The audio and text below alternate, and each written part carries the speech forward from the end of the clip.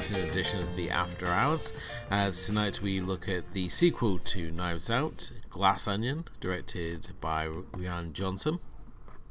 The mystery thriller, the return of Detective Benoit Blanc, played by Daniel Craig, in the second of the Knives Out mysteries.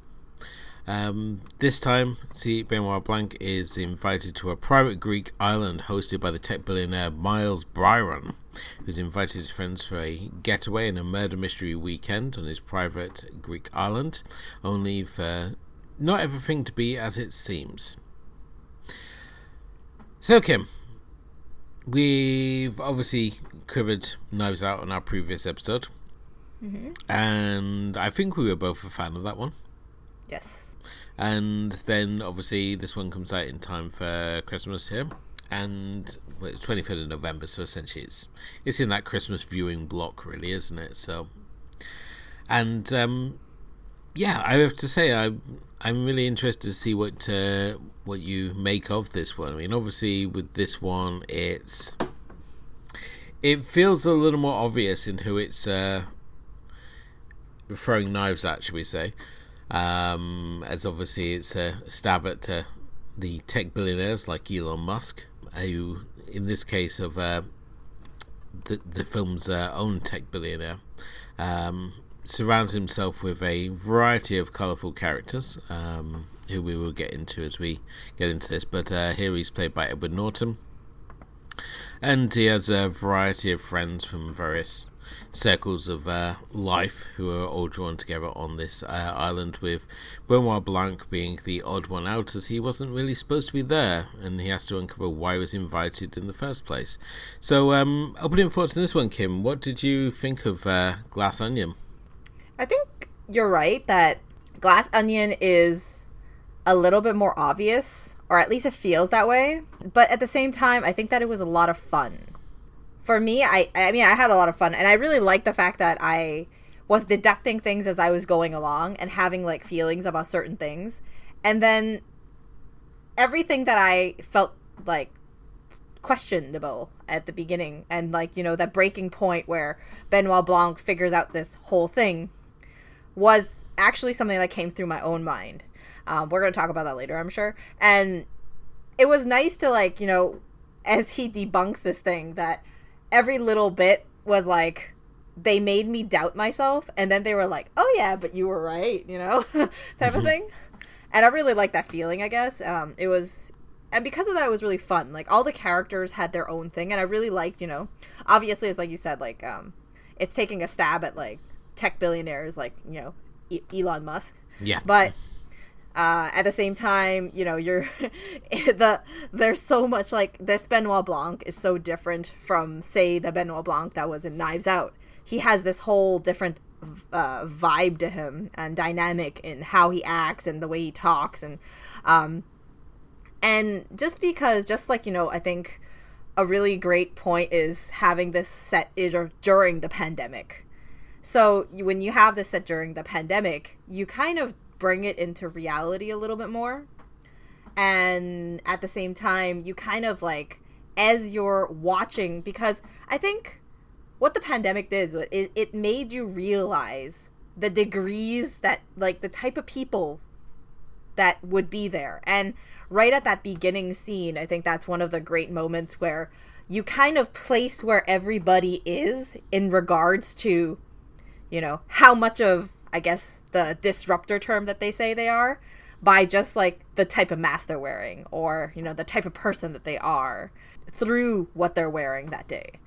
And it's one of those really great things, I think, that, you know, Rian Johnson has when he makes these films, is there's that, like, detail that he focuses on, that's just, you know, like, these little things that work in the long run. And yeah, I mean, when it comes to Rian Johnson, I mean, I've always enjoyed his projects away from Star Wars, things such as, you know, from his initial debut Brick and the Brothers Bloom, through to Knives Out. Looper was a bit of an odd one, so I put that to kind of one side, but when we obviously look at Knives Out, the thing which really surprised me the most about Glass Onion is just how straightforward this mystery is. compared to his other mysteries, which have they sort of let you. He sort of feels like he adds layers upon layers to them, and then at the end, sort of like reveals it all, and it's got a very sort of classic Agatha Christie sort of style to it. And when it came to Glass Onion, it felt that he was certainly trying something different in his approach to the mystery this time. As you said already, I mean, this one's set during the COVID-19 pandemic, so all these various disruptors, as he calls them, are being brought together for this escape from their humdrum lives, even though they live these rather glamorous humdrum lives, it has to be said.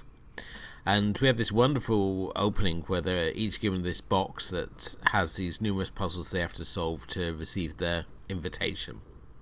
And I thought that was such a wonderful scene, and I just loved how that's set up. It sort of like creates this mystique around this this character that they're going to go and see, Miles. And you can see, like, it's the sort of thing that you could see like someone like Elon Musk doing. I mean, the fact that Elon Musk hooked up with his previous wife Lourdes because they sent some nerdy joke to each other over Twitter, so you can see this character is very much based on that sort of Musk model. So the fact he sends out this invite and it's like you got to solve 7 puzzles to get to the invite, you could it really sort of puts you in the mind frame of who they're sort of aiming at. And then when you look at all these so-called disruptors, we've got like a scientist, we've got a Connecticut governor, we've got a fashion designer, a men's rights streamer, and the former founder of the company, Cassandra. And then we've got obviously the wild card here, which is Benoit Blanc. And it's kind of fun when you see where Benoit Blanc is sort of spending his time in the lockdown, because obviously he's a master detective, and it's like, what does a master detective do if he's got no cases he can be solved? And apparently he sits in the bath all day playing Amongst Us, which I really like. I love the fact that he hates mystery games. He prefers actual cases. And we see him when we see his little board of people he's playing Amongst Us with, and he's there complaining. He's sort of like, it's a stupid game, it makes no sense. You just walk in the room and accuse someone. And then we look at the board, and we've got the first of the many great cameos that this film has in here. We've got Angela Lansbury, obviously Murder, She Wrote. We've got Natasha Lyonne, who is obviously in Russian Doll, and she's now doing a project with Rian Johnson, which is going to be on Peacock. And we got Kareem Abdul-Jabbar, who just keeps turning up in nerdy things. Mm-hmm. Like, he's playing D&D in The Big Bang Theory, and now he's playing Amongst Us. And I just love the fact that, as I said, he's so depressed he just spends all his time sitting in the bath playing this game. Yeah, and then there's Stephen Sondheim, right? So. Yeah. And 2 of these people have now left us in this world, so... The fact that they don't just let this joke go, they also like say, oh, you must be great at Cluedo. And he's like, that's a stupid game. And I think it's kind of nice with this one, the fact that we're removing Benoit Blanc from... When we originally introduced in Knives Out, he's sort of like part of a larger group of detectives, and this time it's sort of like he's more the Poirot-esque character. It's sort of like he is the master detective. We don't have all these other people who are sort of like assisting him, so to speak, who can be like associated with like being the assisting with the detective parts. It's just like we got Benoit Blanc, private investigator. We know the sort of setup there, and I think it's great. His character feels like it's got more room to breathe in this one, I felt. I also appreciate the fact he's in a relationship with Hugh Grant. Yes. In another great cameo. The cameos in this film are really fantastic. I mean, you've got Ethan Hawke, who appears as Miles' assistant, which I didn't recognize until someone pointed it out for me. The fact that Jason Gordon-Levitt voices the clock that bongs on the island. Yes. So it's all these weird little cameos, and you have like Serena Williams in there and Yo-Yo Ma. They're a little more sort of subtle there, so I kind of liked those ones in there. I mean, Serena Williams one was super funny. She's the trainer war, isn't she?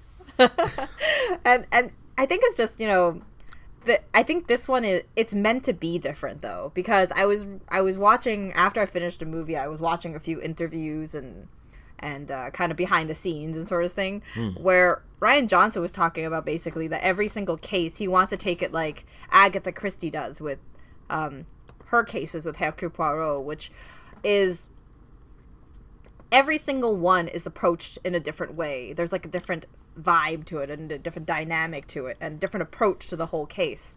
And he's going to do the same thing for the next one, where it's going to take a completely different direction, where it's not going to be the same as the first two. And I think that that's really interesting because this one, I feel like, is more of a comedy. There's so much more like fun little moments in there. Yeah. Where, you know, whether it's just and it all makes sense because when you come to the final thing, and I don't want to jump all the way there, but I mean when you get to the final thing, the whole thing makes sense because it's all like a joke, right? It's a bit of a joke. Yeah. And everybody on the island feels a bit like a joke. And starting from, you know, them talking about this whole disruptor theory, talking about all these little things about like what they do and the type of people they are, and especially when you talk about, you know, like Kate Hudson's character as Birdie and the things that she, you know, misinterprets as like this kind of like a bird brain, and you know you have all these things and you have this, you know, like her assistant, which is just always one step behind her, and it's all of this adds together, and there's this like really funny vibe to the whole movie, and I really like it for that because, you know, when we were doing Knives Out was so serious, right? It was right from the top. You were in this interrogation one after the other. There was a bit of, you know, dark humor in it, but overall, you know, it was still pretty serious of a case as you got to know everybody, and Benoit Blanc wasn't like popping up jokes and being all like, you know, relaxed, and it was really like, you know, by the end when he was breaking down the case to everybody in this, you know, this island, that he started being really serious. Yeah, definitely. I mean, this one he certainly feels more out of his element than he does in Knives Out. Certainly, as with Knives Out, it's a fantastic ensemble cast that we have here, but I totally agree with yourself in the fact that Knives Out was much more of a Cluedo-esque mystery. You obviously had the murder and you had the suspects here, and this one, as you said, it's got much more of a comedy slant to it. The fact that Benoit Blanc manages to figure out the murder mystery straight away, much to the frustration of Miles, who's like spent all this time setting up what he thinks is like this unsolvable mystery. He's brought in Karen Gillingham, the writer Gongo, to help script this mystery, and he's managed to ruin the whole weekend by solving it straight away. But I don't know if you feel this way, but like when you think deeper about it, I feel like this one makes like Benoit Blanc such a more vibrant character. Like, you know a lot more about him. Like, you start understanding him a little bit more just right from the bat, right? You know, as he's doing Among Us. And then as he's going through this, you realize that, you know, he's calling these mystery games dumb. And he's just like, I'm just really bad at dumb things, you know, like dumb games. And then you start piecing it together, and as you get to, you know, the big twist of what's going on and how he's solving this thing, you start realizing that everything that he says in the beginning, and even that, you know, the big disruptor speech becomes this like key element to a huge foreshadow to what is going to be revealed at the end. And it's so nice to see, like, and that's what I really like about Rian Johnson, is his writing is there's like all these little details, all these little foreshadows, and they all kind of call back to each other. And he's able to bring all those little things together, and everything connects at the end. And it's not like, you know, you're looking for the pieces and stuff like that. You can really, and that's something I really appreciate from Glass Onion. And it is one of that, you know, I really like the line where he talks about, you know, like he can't solve it and he has to like peel back layer and layer and stuff like that, this whole Benoit Blanc before he solves the thing. And that was like my favorite line. I really loved the whole thing. Yeah, definitely. So I think, if anything, one of my main criticisms with the film is just that while it initially sort of sets up what could potentially be like a really interesting mystery, this time the mystery is a lot more simple and it's more about the character interactions with each other. My other frustrating point to the film is the fact that it sort of hits a halfway point and then we rewind and essentially go back to the start again. And yes, there are some interesting moments in there, such as how one character approaches solving the puzzle box by just taking a hammer to it. And how we learn how Benoit Blanc came to be at the island. So those elements are fun, but the rest of the time at times it felt like we were just sort of padding out the runtime. And that perhaps it could have been approached in a different way, this sort of flashback segment. It just felt like we were needlessly going backwards when we should just still be going forwards. That being said, I really enjoyed like all these characters that have been assembled here. I mean, obviously one of the charming things about Knives Out was the fact that you had this colourful cast of characters who all could very much have carried out this murder. And I think when it comes to Glass Onion, we don't necessarily get a stronger group of suspects this time, but we get a really interesting group of characters to follow. And it's kind of a shame, really, because as we're leading up to what could potentially be the actual murder here, there are all such interesting sort of characters to go there. But then once the murder happens, even though we've been given like various motives for things, we've actually been given motives for a murder that's not going to happen. So they kind of like end up just being a bunch of sort of, it becomes almost like a screwball comedy at that point once the actual murder happens in the film. As these colourful characters, but as I said, you're not really suspecting any of them, because at that point you kind of have, and I'm trying to avoid spoilers here, you kind of already have your mind made up of like the one who's responsible, even though the film would like you to think that it could be any of these characters. It sort of becomes the point where you just sort of like are viewing this one character, and it's more just of how they chose to do it. At least that was why I was sort of viewing it from my standpoint. I am curious who you thought it was, because like you because the thing is, like, I don't know, I think I feel the same way. I don't feel like it was padded out, because I had a really I didn't feel as long as it was. Okay. That was something that I felt different about. I enjoyed the flashback. It's something that I really like about movies. I like that, clever moment where you open somewhere and then you kind of do that roundabout and you come back to it. Okay. It's something that I really appreciate in movies. I think it's like clever writing when you can do that. Obviously, I get where you're coming from. Just a different feeling about it, I guess. Because you change your point of view when you do it, right? The point of view kind of changes. And if the things that happens at the beginning, the odd things that happen start coming to light, and that's something that I think that the flashback did, which was really good. But I understand where you're saying it coming from, because like I said, I already kind of had a feeling where who was responsible. Yeah.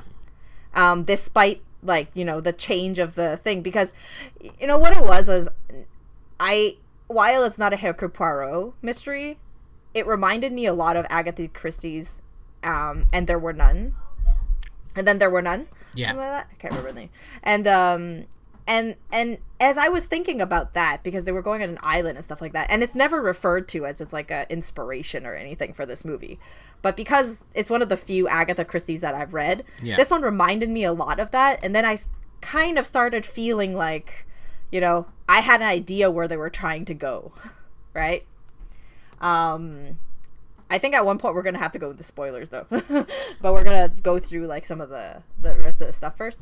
I still think it was fun, because, even though they did all that padding and they went back, I think it was just really great that they kind of made me doubt myself a little. And then they kind of, because you kind of set up that stage where you're like, okay, well, this person is, you're there for the purpose of solving the murder mystery of Miles Bron. And that's the reason everybody's there. That's the point of the murder mystery party that they're at. Yeah.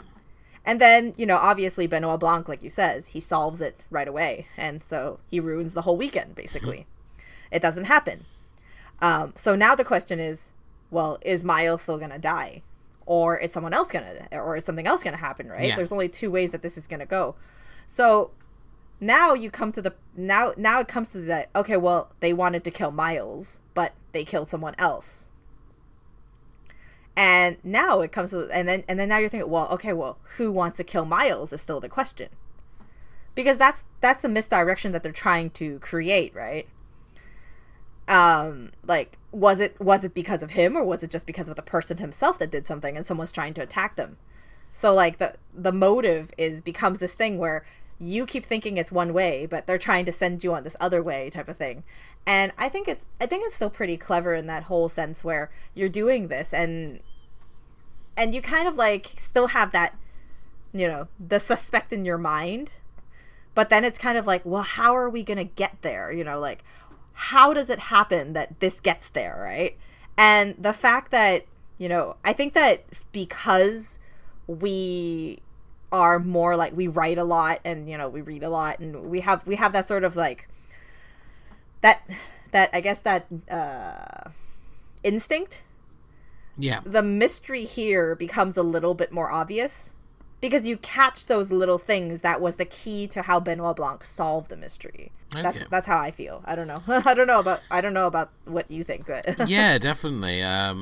It's just as I say with that first one, it's sort of like, 'cause you're in you build up of like, oh, Miles is going to get murdered, and then you've got all these different sort of setups. It's sort of like, oh, Duke's girlfriend is involved. We see getting involved with Miles. It's sort of like, well, he's got a motive there, and then this character was burned by Miles, so she's got a motive for killing him. So you got this sort of setup, and then obviously Miles doesn't die, but another character does, and that's where it becomes sort of like a little confusing. But to the film's credit, it does obviously rescue it by instead providing a different mystery here, and obviously providing why the characters would all be so loyal to Miles instead.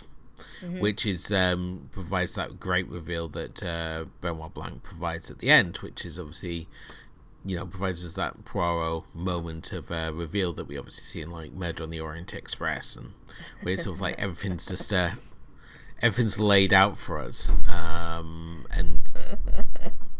I swear that is like, as much as Knives Out was so fun to watch him do the reveal, whew, this one was, so entertaining. That whole like monologue that he has, the whole like reveal like speech. Oh, I just love it so much. I actually go back and rewatch just that part. Oh, really? Yeah. I mean, his accent. He's once again has that charming Southern accent. The original concept was that he was going to change accents with each film. Yeah, I know. So I'm kind of glad that they stuck with the Southern accent and instead just built that character out and had added those details, those little personal details we would have missed like the first time. So yeah. Now, with the group and that, did you have any particular favorite players in this one? Because I had a couple of characters that I really sort of stood out here for myself. I mean, I think everybody was pretty balanced. I'm a big fan of Janelle Monáe, so I really, really like her. I feel like, she's such an underrated actress. That I thought that, and I thought the role that she did here was really, really good. Obviously Edward Norton is like very, very good at what he does. It's like something that he's very good at, being an ass. Very, very good at it. It's kind of like if Fight Club's narrator was successful in life. That's where it kind of felt like, in a way. It's like if the narrator from Fight Club had not been the lower end, had success in life, I think he would have turned out as Miles Bron. It felt like almost like an alternate universe version of that character. Yeah, basically, right. I mean, when you even look at like, Kate Hudson's character, like, I was so happy to see her. Politically incorrect, and that it's just so ridiculous. Like just that whole like talk about her sweatshop and stuff. What she thought a sweatshop was. Like. It's hard to fathom, but every single character here is kind of playing on, I guess, a little bit of reality, like mocking a little bit of reality, whether you're talking about, like Dave Bautista's character as, the streamer and men's right activist. He's kind of flipping the thing, right? Because people are more women's rights activists, right? It's really tapping into that sort of almost like that sort of incel culture, the men regain their masculinity. We saw it with Tom Cruise's character in Magnolia as well, and it's kind of funny to see it coming back around again. And Dave Bautista obviously perfectly suited for that. I mean, he's great in a supporting role. I'm still not convinced him as a leading actor, a leading man, but I think he's really great. And I think what makes his character so great is the scenes he has with Jackie Hoffman, who plays his mother. And Jackie Hoffman is just so fantastic at being that overbearing sort of Jewish mother, like her strong like Brooklyn accent, and the fact she's just constantly blustering this big 6-foot guy, and he's sort of like, "Mom," he's like trying to present himself as like this, this alpha male. He's this successful streamer and stuff, but his mum's like constantly shuts him down because she knows he still lives at home. Yeah, and it was just so great because they're solving this box and then she's just solved it like before they get there. Yeah. So obviously when it comes to obviously Miles's place, I mean, he's got the Mona Lisa, he's got all these little grass sculptures, he's got a house that runs on this clear fuel. So it's sort of like it just plays into that whole tech billionaire thing, and the fact that the head scientist, his thing being that he's essentially faking till he makes it, which is so reminiscent of so much we've seen from like the Silicon Valley and things such as like we've seen like so many companies, and especially tech startups, where they're sort of like the saying stuff works and it doesn't and they're basically lie until they get the investment they need and then figure out how to fix it.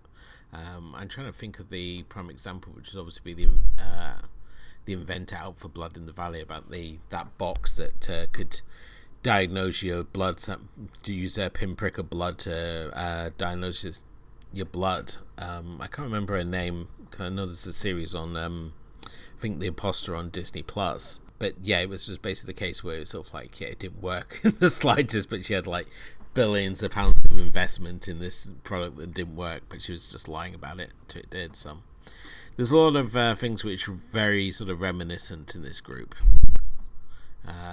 But was there anyone that stood out for you? Like, which character did you think was a standout? I mean, you've named her already. I think Birdie is a real standout. I was really happy to see Kate Hudson again. Catherine Hahn is just always great, but I think Dave Bautista's scenes with Jackie Hoffman are just like my favorite moments of this whole film. My other favorite character, who's just like more of a side character, was Noah Segan's D-Troll, who's just a slacker who lives on the island. He just appears randomly. You keep thinking he's gonna have some bigger depth or meaning to his character, but no, he's just a slacker who lives on the island. Yeah, but this is like a signature of the part of Knives Out mystery now, right?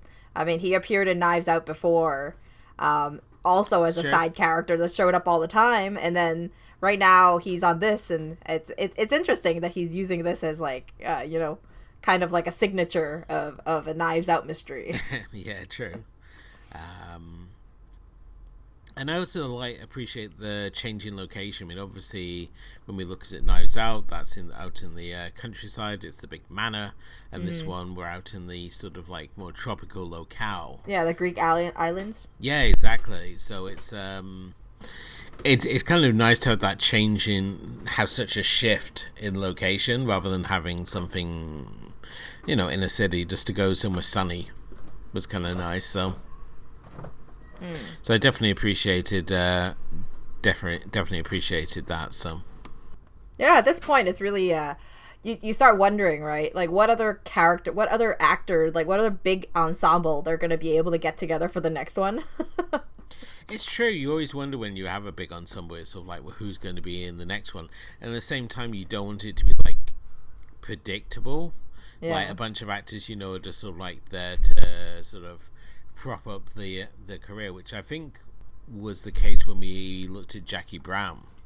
in the fact that there were so many of those cast members, it felt that they were sort of like included because they were trying to hop on that revival train, and like people like Michael Keaton, it didn't feel like they belonged. Whereas obviously people like Pam Grier did.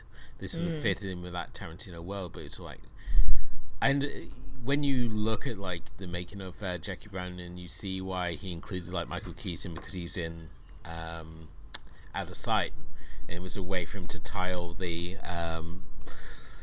world together that of the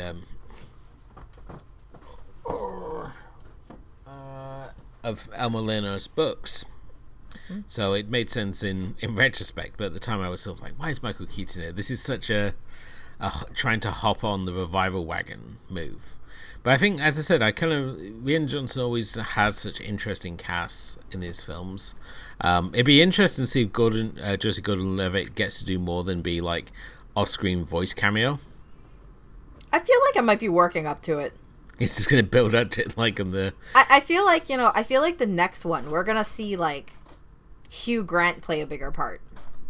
Because it's not going to be like he's there just, as his partner.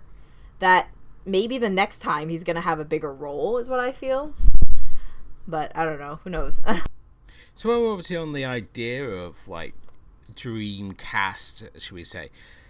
Is there any particular actors you would like to see in a Knives Out mystery? Because, I mean, for myself, Alfred Molina would be someone I would love to see in this. Oh, yeah. And then there's other actors I think that would be fun, like someone like Willem Dafoe would be fun, but at the same time I don't know if Willem Dafoe's like too intense for like the subtlety of a Rian Johnson movie. It's more like a Abel Ferrara. Oh, then again, someone like Christopher Walken would be kind of fun. Yeah. Maybe again, and since we obviously had, I don't remember her name now, Jamie Lee Curtis in the first one, maybe we can get Michelle Yeoh in for the third one. But then again, I just want to cast Michelle Yeoh in everything really. So like, what would be a dream cast for you? Michelle Yeoh, Awkwafina will be good, but again, it's sort of like trying to find a role for Awkwafina, because she's very sort of she plays a certain sort of role, and it's sort of like, how would that role fit within a Rian Johnson sort of movie? I'm sure it can. Like, if you think about this cast of characters, like, it wasn't exactly like, a lot of the more super serious characters. Like, there's always like a flair of comedy in it, and I think that Awkwafina's been taking on, obviously, since she's done The Farewell. You do know that she has a little bit more of a serious acting in her. Of course, well. It would be. I think it would really like open up what she can do. Like showcase what she's capable of. Yeah, definitely. I mean, obviously, if we're talking about, like, you obviously mentioned already, we go with Michelle Yeoh. Maggie Chung would be obviously the dream casting, but she's happy being retired at the minute. So I don't know. Maybe like Dustin Hoffman, perhaps. I could see. I haven't seen Dustin Hoffman in a really long time. So it's time. He's sort of like, where have you been? You would be looking at. Like, it would be where he would be doing a mystery where we're focusing on a lot of older, like some older, I don't know, at a senior home or something. I don't know. Don't say that. Oh, Kim, so mean to these actors say they're going to be in a senior home. No, but I'm just saying, like, if you were to do that, like, in what situation would you have, like, a bunch of, like, old people and as their cast? I mean, they're all great actors. But you would have to have them in a certain scenario where they'd be able to be there, right? I would say that certainly it's going to be like more an aristocracy sort of gathering. Mm-hmm. That would be where I would sort of see them. And it kind of fits within... when we've looked at these two films, they've all been like this detective going into these worlds of power. In the first one, it was old money. In this one, it's very new money. So... again, and it fits. What's in this? He's like so linked with his sort of like the way he structures his movies into that Agatha Christie style. It's very easy to sort of think of like aristocracy style plays, but then again, he could go in a completely different direction and do something like another modern group of characters. Maybe that will be how to put Benoit Blanc out of his element again. I mean, who would be for yourself sort of actors you would like to see? I mean, I just thought about it and I was like I'd like to see Saoirse Ronan. Like, okay, I really like her. I think that she would be great in one of these. Yeah.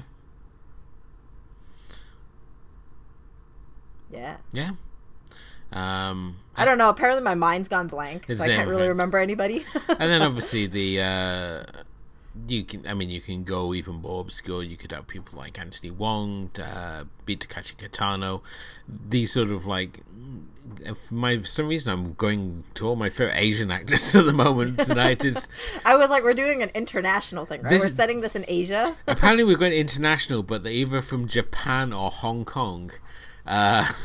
Okay, well, maybe we'll do like a triad mystery, like a triad mafia yakuza mystery. And I'm trying to remember who played the Jew hunter now in Inglourious Bastards.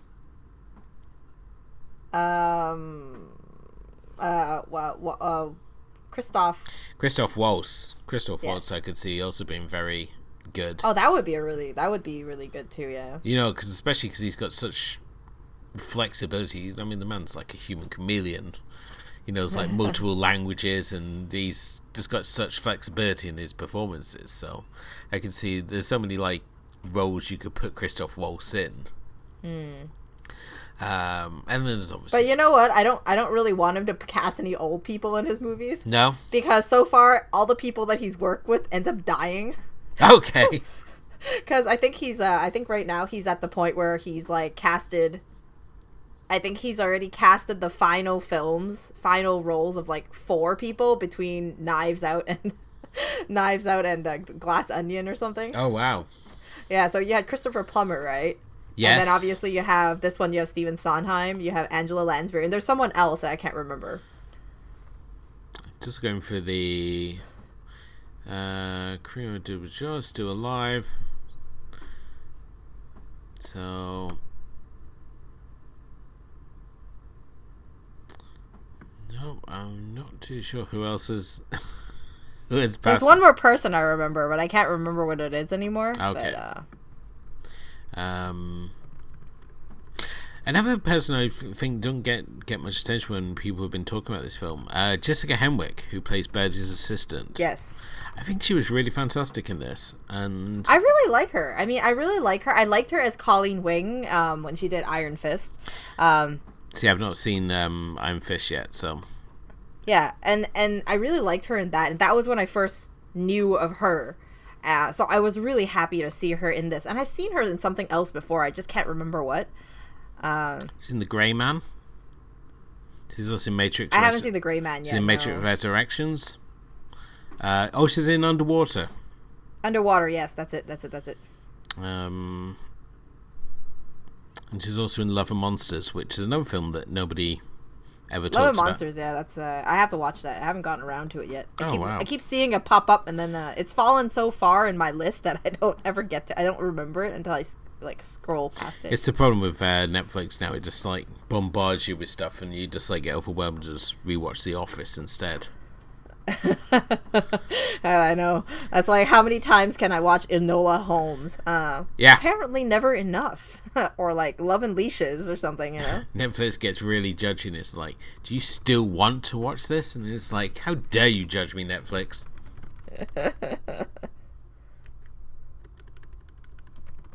There was when this film was being in pre-production, there was a bidding war between Apple as well as Amazon Prime. Netflix obviously have won the rights to this. Apparently, it's quite a baffling deal in the amount that they paid, but I think it's certainly paid off for Netflix because a lot of people watched it. And I think it's be great to see Netflix just put out a bunch of these and hopefully not have one end on a cliffhanger that they never resolve, as is the Netflix model. Yes. I really hope they don't do a cliffhanger Knives Out mystery, to be honest. I doubt they will. I really doubt it. I don't see that as like Rian Johnson's like style. It just feels like that these are much more fun as like self-contained little mysteries I think that's for myself how they feel that they work better. So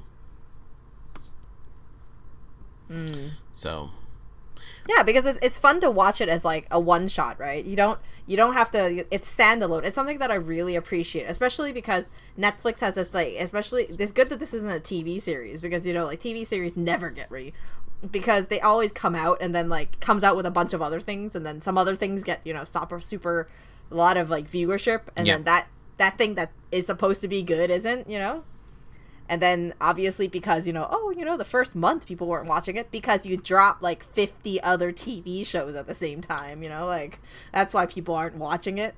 It's annoying. I mean, they just recently cancelled Inside Job, which was a great show. It was like recently they canceled 1899. I haven't watched it yet, but I heard it was supposed to be pretty good, right? It looked pretty good. And then they canceled it, and I was like, well, now do I watch it or not? It is pretty astounding how the Netflix model works, and the fact that they assume that everyone is just watching Netflix. There aren't like a billion other streaming services. And even like on your TV now, it's not just what's on the TV. You have your box sets on there as well. So it's like everything just wants your attention at once. It's like there's only so many hours in the day. And we have actual living things to do, like real life stuff to deal with. We don't sit around watching TV all day. I just found out there's 13 Land Before Time movies. Yes. I've only seen the first two. Oh, really? I'm at I watched until the 8th one, I think. Okay. Yeah, I think I own up to the 8th one, and then I know that there were a lot. Yeah. Yeah. They are still making them. As of the 2016, there was the last one that they brought out. So. Yeah, no, I have until the 9th one. I'm looking at my movie collection sitting next to me. So maybe that'll be my project this year. I'm just going to focus less on Netflix shows that don't ever get resolved and just watch Land Before Time movies instead while waiting Land Before Time, I'm going to tell you, like Land Before Time, I watched up to the 5th, and they were pretty good. They were pretty solid up to the 5th. And then, I don't know, the 6th one I think was a little bit odd at that point. It started getting really weird after that. This is going to be our new Shark Week, isn't it? We're just going to do Land Before Time Week instead. Hey, I'm down for it. I have all of it up to the 9th. So. You heard it here. No. I mean, but yeah, no. Going back to Glass Onion, I think it was, do we have anything else to say about it? I enjoyed it. The mystery wasn't as strong as the first one, but outside of that, I enjoyed the performances and I generally enjoyed the experience.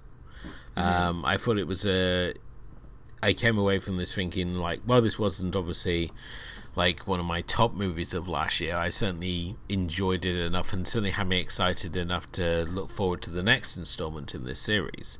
And I think Benoit Blanc is still a fantastic creation. And by removing all the other distractions that we had in the first film, and just giving this character some room to breathe and little personality quirks, I think just really sort of like help this character grow so much and just makes me all the more excited to go on another adventure with this character. While Hugh Grant just continues to put in bafflingly charming cameos.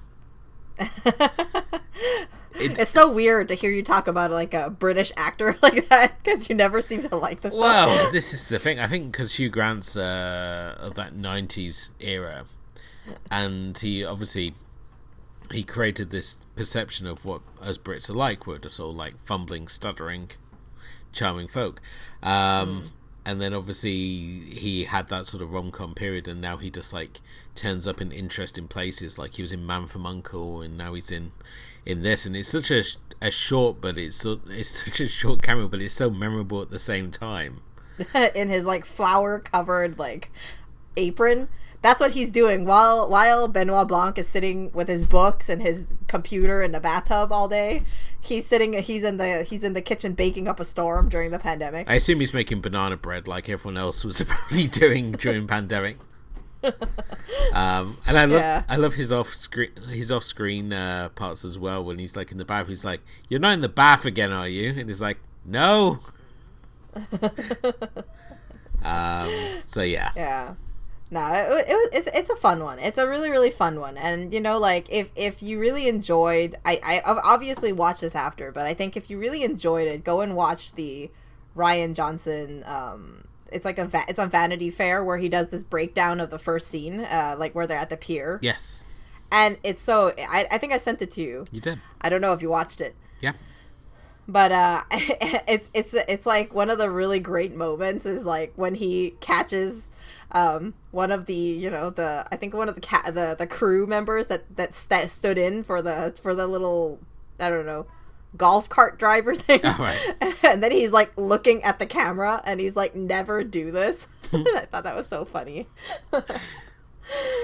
No, it is very, it's such a, I had so much fun with this one. I can't say that I like, I like Knives Out a lot. But I can see myself rewatching Glass Onion more just because it's so much fun. Yeah. That's where I'm at. And that was one of the reasons why I actually rated it very similarly. But in the end, I think, like, Knives Out still, like, nudged a little ahead for me just because of the, like you said, the strength of the mystery was really that it really took you by surprise. And the execution was just, like, mwah, so good, type of thing.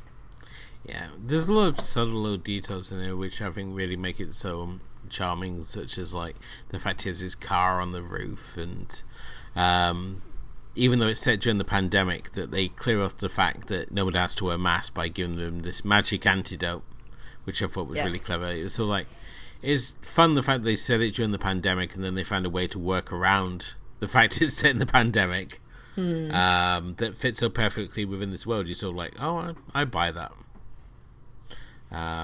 So yeah, I was. I'm I'm excited to see where it goes next. Who he assembles for his cast, and certainly where the mystery is gonna take us next. Maybe on a boat.